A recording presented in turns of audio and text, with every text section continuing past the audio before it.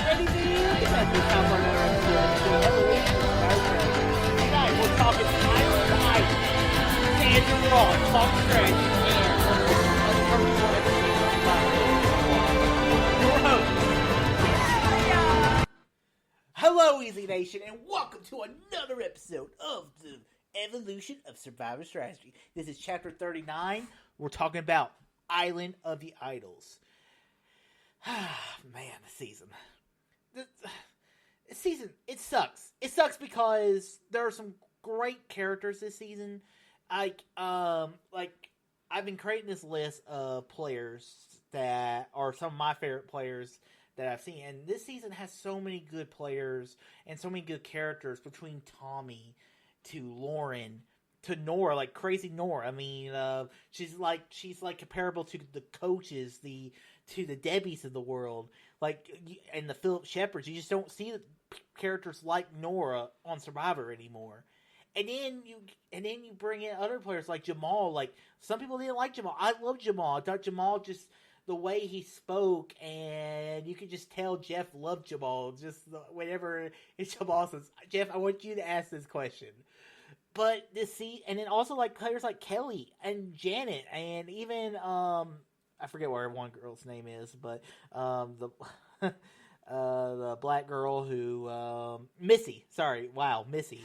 So the season has so many great players I would love to see come play again, but then we have one of the most uncomfortable moments in Survivor history, and that's the Dan stuff and the sexual harassment. I mean, him touching Kelly, and not just Kelly. I mean, he messed around with so many of the females, and it puts it's like that Merge episode, because I've watched every episode of Survivor since starting this podcast, and I can go far and say that was the worst episode of Survivor I've ever watched. And this sucks because the Premerge, I think the Premerge is a very good season, and I just don't think the post merge and then Dan's still in the game, and he gets these scenes. You're just like, what was production thinking? What were they thinking editing this season? They should have probably taken Dan out of most of these scenes, and they don't. And you're just like, what are they doing? So that's what makes this season so hard to watch, is to see Dan still in the game, and you're like, Dan's going to the finals because nobody's going to vote for him. I mean, you know where that's going, and it's just awful. So the strategy part of this season was very interesting to watch, because we had all kinds of things going on. The pre-merge, like I said, the pre-merge was absolutely fun to watch. You had the two tribes, and you had this core alliance of Kelly, Tommy, and all of them, and then they decided to take out Molly at the pre-merge, who was kind of being labeled the Parvati 2.0. Parvati 2.0. Once you get labeled the Parvati character, you're going home. And it just, it's not a matter if, it's a matter of a when. Parvati creates such a stigma with that kind of style of play that nobody wants somebody like her in this game. And it's also crazy because a lot of players stand the test of time, and it's kind of interesting to see how Parvati's name still sticks to survivors to today. Then, and then we saw the Island of the Idols twist. So the Island of the Idols twist this season, it was like Exile Island. It's kind of like Ghost Island. It's more like Ghost Island, more than Exile Island, because you're not going to Island of the Idols for long. You're just going there for, it looks like, just a few hours. So I think Vince was there overnight because of his task, but some of the Island of the Idols things was like so stupid, because I like the idea of Boston Rob and Sandra being coaches. They're not really coaches, they're more mentors, where they go, and Boston Rob's like, everyone who comes to the Island of the Idols, they get the tests.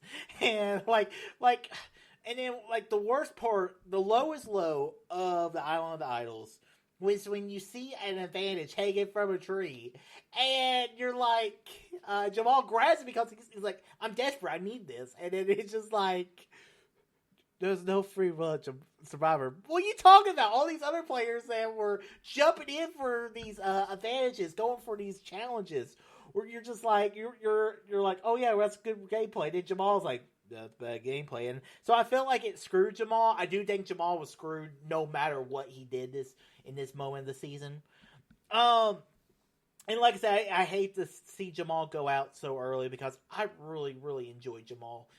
Also we see Kelly. She finds 2 immunity idols, and she becomes the unfortunate second person to be voted out with 2 idols in her pocket. The first was obviously James Clement from Survivor China, and so she becomes the second. Hopefully, I mean, I would think they would, if she wants to come back, and she may have just such a negative reaction due to what happened with her and Dan.